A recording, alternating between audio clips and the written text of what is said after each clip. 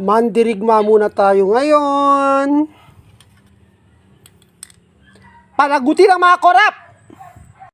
So, ayan nga guys, nag-prepare na ako. I'm preparing myself to do my protest to the government. As you can see, I'm tying my shoes. Tinatali ko ng sapatos. You see?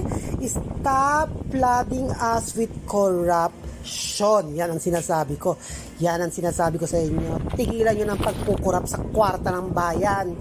Ayan, naghahanda na ako para paalis at meron na akong placards para ipanawagan na panagutin ng mga taong ito.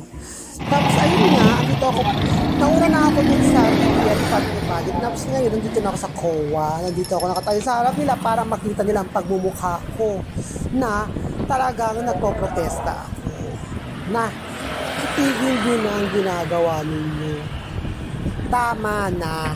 Yes. At lumipat din ako, pumunta ako sa City Hall ng Zamboanga City.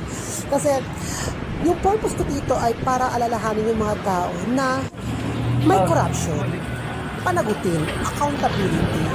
Huwag tayong manahimik. Huwag nating pabayaan na makakapigtas ng mga to. At lumipat din ako sa Department of Public Works and Highways sa DPWH dito sa Zamboanga City. Ayan.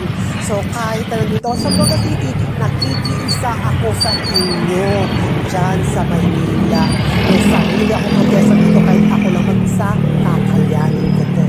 Ayun nga, medyo patapos ng araw, kinuhanan ko na lang ng video. Medyo nakakainis kasi nga, alam mo na, iinit pa naman dito. So, hanggang dito na lang guys. Please like and subscribe.